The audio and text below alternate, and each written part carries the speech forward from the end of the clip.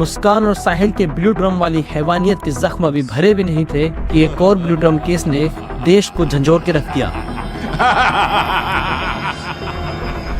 वारदात हुई है। मकान की छत पर एक युवक का शव ड्रम में मिला है और इस शव को छिपाने के लिए ड्रम में डाला गया था नमक तक। यहाँ पर आप देखिए किस तरह से तैयारी की गई थी इस हत्या के साथ। मैं दूसरे दिन ऊपर गई तो मेरे को तो बदबू सी आई। मैं समझी कि पता नहीं कोई जानवर मरा क्या।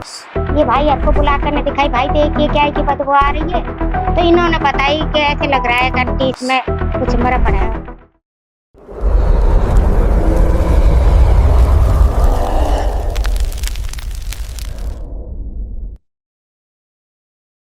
आप सभी लोगों ने अपनी जिंदगी में कभी ना कभी क्राइम पेट्रोल या फिर सावधान इंडिया जैसे क्राइम शोज देखे ही होंगे। इन शोज में लोगों को अपने ही रिश्तेदार और फ्रेंड्स के हाथों मरता देख हमारे मन में भी एक डर सा बैठ जाता है कि कहीं ऐसा कुछ हमारे साथ ना हो जाए। पर जहां हमारे लिए ये एक एंटरटेनमेंट का जरिया था, कुछ लोग ऐसे भी थे जो इन शोज में दिखाए गए मेथड को यूज करके रियल लाइफ में क्राइम कमिट कर रहे थे। और उदयपुर से आने वाला आज का ये केस भी एक ऐसा ही एग्जाम्पल है जहाँ पर क्राइम पेट्रोल की मदद से एक ऐसा क्राइम कमिट करा गया जिससे पुलिस 5 सालों तक बेखबर थी और ये केस सामने ही नहीं आता। लेकिन इस आदमी की सिर्फ एक स्टूपिड मिस्टेक की वजह से पुलिस को इस केस के बारे में पता चल गया। क्या है पूरा केस, जानेंगे आज की इस क्राइम वीडियो में। राहुल राज चतुर्वेदी उदयपुर का रहने वाला एक 36 साल का आदमी था। उसके फादर दिल्ली गेट के पास वाले हनुमान मंदिर में पुजारी का काम करते थे और राहुल मंदिर के कामों में उनकी मदद किया करता था। 36 साल का होने के बावजूद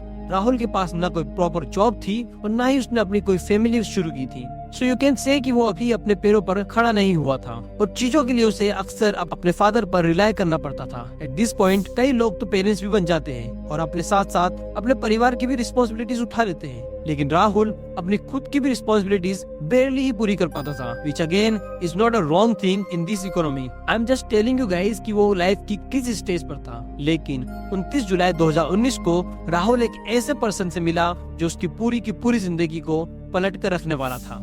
उस दिन मंदिर में एक औरत 2 बच्चों के साथ आई और वो काफी उदास लग रही थी। न ये कोई नई या शॉकिंग बात नहीं थी, क्योंकि मंदिर में लोग अक्सर तभी दिखाई देते हैं जब उनकी जिंदगी में कोई तकलीफ चल रही होती है। पर इस औरत को देखने पर राहुल समझ गया था कि वो अपनी लाइफ में किसी मेजर प्रॉब्लम से डील कर रही है। उसे उसके बच्चों की हालत भी ज्यादा अच्छी नहीं लग रही थी और वो उस औरत के साथ बात करने लगा। उससे पूछने पर राहुल को पता चला कि उस औरत का नाम भानुप्रिया गोस्वामी था। वो 33 साल की थी और वो दोनों बच्चे उसके ही थे। पर आखिर उसके साथ ऐसा क्या हुआ था कि उसे अपने बच्चों को लेकर एक मंदिर में शरण लेनी पड़ी थी? यही सवाल राहुल के मन में भी चल रहा था और जब उसने इस सवाल को भानुप्रिया से पूछा तो तब उसने राहुल को पूरी की पूरी कहानी बताई। भानुप्रिया के लिए ये सब कुछ मैनेज करना बहुत मुश्किल हो रहा था। दरअसल भानुप्रिया राजस्थान के झादुल से थी और वो अपने पति नारायण गिरी गोस्वामी और अपने दोनों बच्चों के साथ वहाँ रहा करती थी। लेकिन इन दोनों पति पत्नी के बीच कुछ डिफरेंसेस के कारण बात इतनी आगे बढ़ गई कि नारायण गोस्वामी ने भानुप्रिया और अपने दोनों बच्चों को घर से निकाल दिया था और पूरे 2 दिन तक इधर उधर भटकने के बाद वो उस मंदिर आ पहुंची जहाँ राहुल काम किया करता था। और ये सब कुछ सुनने के बाद राहुल को भानुप्रिया और उसके 2 बच्चों के लिए और भी ज्यादा बुरा लगने लगा था। उसने सबको नाश्ता कराया और उन्हें कंसोल भी करा कि सब कुछ आगे ठीक हो जाएगा। और इस चीज के बाद भानुप्रिया अपने बच्चों को लेके वहाँ से चली गई। But fast forward to few months, Bhanupriya वापस उसी मंदिर में आई, लेकिन इस बार उसके साथ उसके बच्चे नहीं थे। जब राहुल ने उससे इस बारे में पूछा तो भानुप्रिया अपने आप को रोक नहीं पाई और वो बस उसके सामने रोने लगी थी। क्यों? क्योंकि नारायण गोस्वामी ने भानुप्रिया को फाइनली डाइवोर्स दे ही दिया था और बच्चों की कस्टडी भी नारायण को ही मिली थी। अपने पति और अपने बच्चों के चले जाने के बाद भानुप्रिया काफी ज्यादा अकेली पड़ गई थी। और यही वो मोड़ था जब राहुल ने भानुप्रिया के लिए एक ऐसा फैसला लिया जिसके बाद दोनों की जिंदगी पूरी तरह से एक नए रास्ते पर आगे बढ़ने वाली थी। दरअसल राहुल को भानुप्रिया धीरे धीरे अच्छी लगने लगी थी और जब उसे उसके तलाक के बारे में पता चला तो वह खुद को रोक नहीं पाया। भानुप्रिया को साथ लेकर राहुल उदयपुर से राजसमंद चला गया, जहां वो एक बिल्कुल अलग तरीके की जिंदगी शुरू करने वाला था, जहां उसने टी लीव्स का एक छोटा सा बिजनेस शुरू किया जिससे वो अपना और भानुप्रिया दोनों का खर्च चला सके। उसी दौरान उसने एक अपार्टमेंट में एक कमरा किराए पर लिया जहां वो और भानुप्रिया दोनों साथ रहने वाले थे। यह राहुल की जिंदगी का एक बहुत बड़ा कदम था।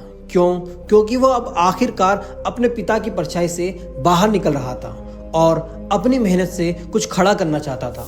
अपने पैरों पर खुद खड़े होने का जो ये फैसला उसने लिया था, उसके पीछे एक ही वजह थी और वो थी भानुप्रिया।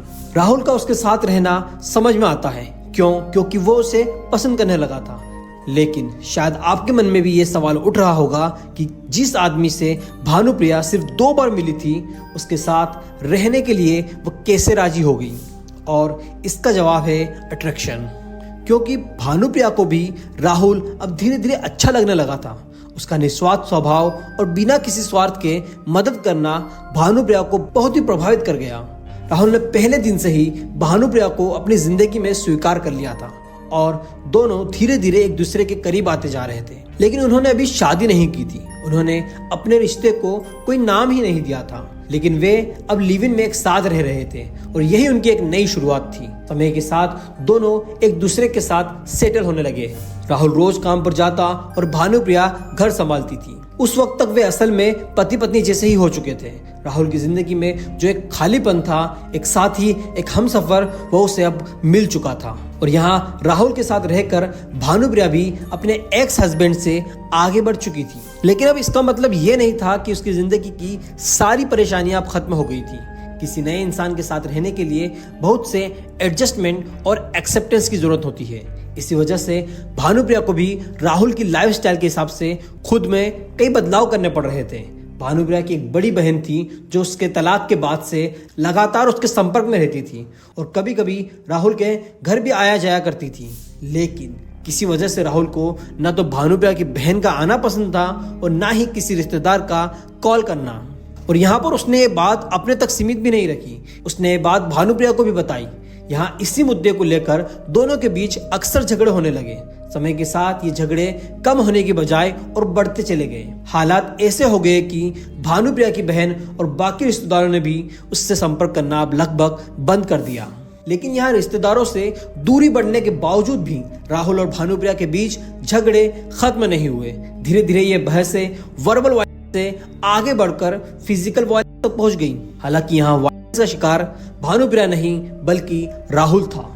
झगड़ों के दौरान भानुप्रिया उसे मारने लगती थी, लेकिन यहाँ गुस्सा भी किसी आम एंगर इशू की वजह से नहीं था। दरअसल भानुप्रिया को मिर्गी के दौरे पड़ते थे, जिनके दौरान वह बहुत ज्यादा एग्रेसिव और आसानी से चिढ़ने वाली हो जाती थी। झगड़े के वक्त वो बिना सोचे समझे किसी भी चीज से राहुल पर हमला कर देती थी। इन सब घटनाओं की वजह से राहुल के मन में भानुप्रिया को लेकर एक अलग ही छवि बन चुकी थी। शुरुआत में तो वो उसे अपने मन में पत्नी मान चुका था, लेकिन अब हालात बदल चुके थे। उसे लगता था कि भानुप्रिया के आने से उसकी जिंदगी में खुशियों का एक नया चैप्टर शुरू हुआ है, लेकिन अब वो खुशियां धीरे धीरे जहर बनती जा रही थी। अब आ चुकी थी घटना की वो काली रात, और वो रात थी 12 मई 2020 की। काम से थक हार कर लौटने के बाद राहुल बहुत भूखा था। उसने डिनर के बारे में भानुप्रिया से पूछा, लेकिन एक साधारण सा सवाल देखते ही देखते एक बड़े झगड़े में बदल गया। इस बार गुस्से में आकर भानुप्रिया ने कपड़े धोने वाले वॉशबोर्ड से राहुल को बुरी तरह से पीटना शुरू कर दिया। आमतौर पर राहुल खुद को बचाने और उसे शांत करने की कोशिश करता था, लेकिन उस दिन उसका सब्र पूरी तरह से टूट चुका था। वह पहले से ही बेहद थका हुआ था और फ्रस्ट्रेटेड भी था। उसी पल गुस्से में आकर उसने भानुप्रिया का गला पकड़ लिया और पूरी ताकत से दबा दिया। राहुल को यह एहसास भी नहीं हुआ कि इससे उसकी जान भी जा सकती है, और जब तक उसे सच्चाई का एहसास हुआ बहुत देर हो चुकी थी। देखो, मैं यहाँ पर राहुल को डिफेंड नहीं कर रहा, लेकिन ये सब अचानक हुआ था। ये कोई पहले से प्लान किया हुआ मर्डर नहीं था, लेकिन फिर भी ये एक मर्डर ही था। अब यहाँ आगे जो उसने किया वो यही बताता है कि वह असल में किस तरह का इंसान था। ये घटना उस समय हुई थी जब पूरी दुनिया कोविड-19 के लॉकडाउन से गुजर रही थी। हर जगह सख्त पाबंदियां थी, इसीलिए राहुल बॉडी को बाहर ले जाने की हिम्मत नहीं कर पाया। देखो, अगर वो सच में खुद को दोषी मानता तो पुलिस के सामने सरेंडर कर सकता था, लेकिन उसने ऐसा नहीं किया। यहाँ डर ने उसकी नैतिकता पर पूरी तरह से कब्जा कर लिया था। अब वह भानुप्रिया की बॉडी को ठिकाने लगाने के नए नए तरीके सोचने लगा। अब यहाँ सौभाग्य से या दुर्भाग्य से लॉकडाउन की वजह से अपार्टमेंट के आसपास रहने वाले ज्यादातर लोग अपने गांव या घर लौट चुके थे। इसीलिए न तो कोई सवाल पूछने वाला था और न ही भानुप्रिया के बारे में कोई यहाँ पूछने वाला था। बहुत कुछ सोचने के बाद राहुल को यहाँ एक नया आइडिया आया। जिस अपार्टमेंट में वो रह रहा था वहां हाल ही में कंस्ट्रक्शन का काम हुआ था और काफी सामान पड़ा हुआ था। यहाँ उसकी नजर एक बड़े प्लास्टिक ब्लू ड्रम पे गई। यहाँ उसने भानुप्रिया की बॉडी को उसी ड्रम में सील करने का फैसला किया ताकि डिस्कम्पोज होने के बाद भी बदबू बाहर ना आए। उसने बॉडी को ड्रम में डालकर कुछ केमिकल्स मिलाए और फिर सीमेंट से ड्रम को पूरी तरह से सील कर दिया। इसके बाद उस ड्रम को अपने ही कमरे के एक कोने में रख दिया जैसे कि वो कोई पुराना फर्नीचर हो। यहाँ बाहर से तो उसकी जिंदगी बिल्कुल नॉर्मल ही चल रही थी, लेकिन वह ये जानता था कि वह ये ड्रम हमेशा अपने घर में नहीं रख सकता। अब यहाँ दिलचस्प बात यह है कि राहुल टीवी पर अक्सर क्राइम पेट्रोल देखा करता था। उसने कथित तौर पर लगभग 1300 एपिसोड देख डाले थे, वो भी सिर्फ ये जानने के लिए कि बॉडी को पूरी तरह कैसे ठिकाने लगाया जाए। अब यहाँ पर एक सवाल उठता है कि भानुप्रिया के गायब होने पर किसी ने भी कोई सवाल क्यों नहीं उठाया। तो इसका जवाब यही था कि राहुल पहले से ही उसे उसकी पूरी दुनिया से काट चुका था। शादी न होने की वजह से वो आसानी से ये कह सकता था कि वो अब उसके साथ नहीं रहती। पूरे 2 साल तक राहुल एक सामान्य जिंदगी जीता रहा, जबकि उसी घर में एक बॉडी मौजूद थी। लेकिन यहाँ 2022 में ड्रम ने जवाब देना शुरू कर दिया। अंदर से निकलने वाली जहरीली गैस और लिक्विड की वजह से उस ड्रम के अंदर छेद होने लगे थे। बदबू इतनी तेज हो गई थी कि लैंडलॉर्ड सत्यनारायण पालीवाल भी परेशान हो गए। जब कोई रास्ता नहीं बचा तो राहुल ने सारा सच अपने लैंडलॉर्ड को बता दिया। अब यहाँ पर आपके दिमाग में ये बात आ रही होगी कि हाँ, लैंडलॉर्ड सत्यनारायण ने पुलिस को जाकर सारी बात बता दी होगी, लेकिन ऐसा नहीं हुआ।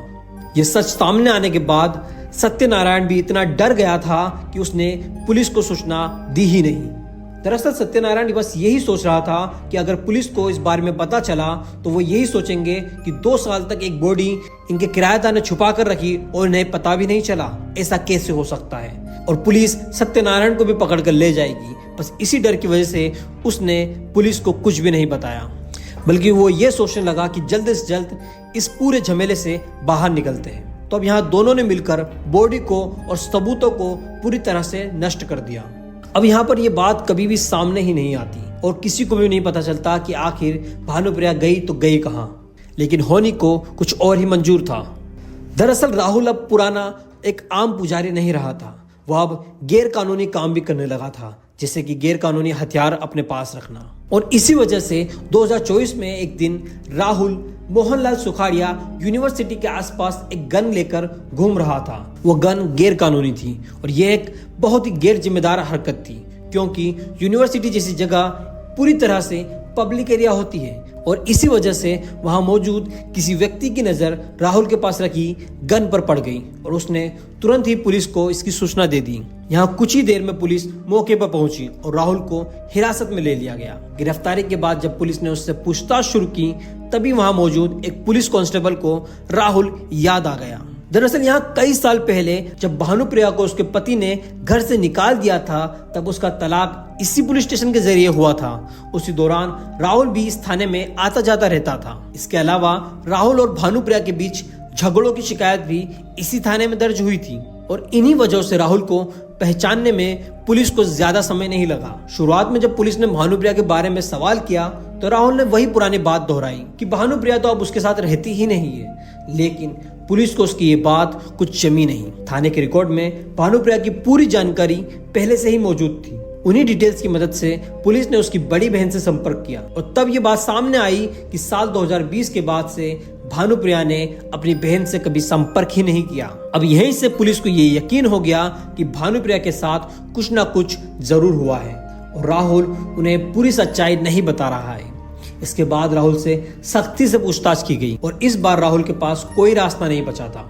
आखिरकार उसने भानुप्रिया के गायब होने से जुड़ी पूरी कहानी पुलिस के सामने रख दी और ये सुनकर पुलिस वाले भी हैरान रह गए कि वह इतने सालों तक ये राज कैसे छुपाए बैठा रहा। अब यहाँ आप लोगों को लग रहा होगा कि राहुल को सजा हो गई होगी, उसने जो कुछ भी जुर्म किया था उसे उसकी सजा मिल चुकी होगी, लेकिन ऐसा नहीं था। दोस्तों, कहानी यहाँ पर खत्म नहीं होती है। भले ही पुलिस को सच्चाई पता चल चुकी थी, मगर अदालत में इसे साबित करना उनके लिए सबसे बड़ी चुनौती थी। इस पूरे मामले में कोई ठोस सबूत मौजूद ही नहीं था और जैसा कि हम जानते हैं, कोर्ट सबूतों के आधार पर ही फैसला देता है और इसी का फायदा उठाते हुए राहुल बार बार अपनी स्टेटमेंट बदलता रहा। उसने पुलिस को जो शुरुआती बयान दिया था वो बाद में उससे भी मुकर गया। अब यहाँ पर अगर आपने कोई भी क्राइम शो देखा हो तो आपको ये बात पता होगी कि पूछताछ के दौरान दिया गया बयान सीधे तौर पर कोर्ट में मान्य नहीं होता है और इसी वजह से सब कुछ कबूल करने के बावजूद भी राहुल इस केस में खुद को बचाने में कामयाब रहा। अब इतना सब कुछ सुनने के बाद शायद आपको भी ये किसी टीवी शो की कहानी जैसी लग रही होगी जहां आखिर में आरोपी बच निकलता है, लेकिन यह केस इसलिए भी ज्यादा डरावना है क्योंकि रिसर्च करते वक्त मेरे मन में एक सवाल लगातार घूम रहा था। आखिर ऐसे कितने मामले होंगे भारत में या दुनिया के दूसरे देशों में जिनके बारे में कभी कोई बात ही नहीं करता? कितने लोग ऐसे होंगे जो इस तरह गायब हुए होंगे, जिनके बारे में उनके आसपास के लोगों को भी कभी सच्चाई पता ही नहीं चली होगी? यह केस हमें यह दिखाता है कि कानून कई बार कितना सीमित और बेबस हो जाता है, हर केस में नहीं लेकिन खास तौर पर ऐसे मामलों में। और इसी सोच के साथ ये कहानी यहीं समाप्त करते हैं। अगर आपने हमारा चैनल सब्सक्राइब नहीं किया है तो प्लीज़ इसे सब्सक्राइब करिए क्योंकि यहाँ पर मैं इस तरह की कई कहानियाँ लाता रहता हूँ।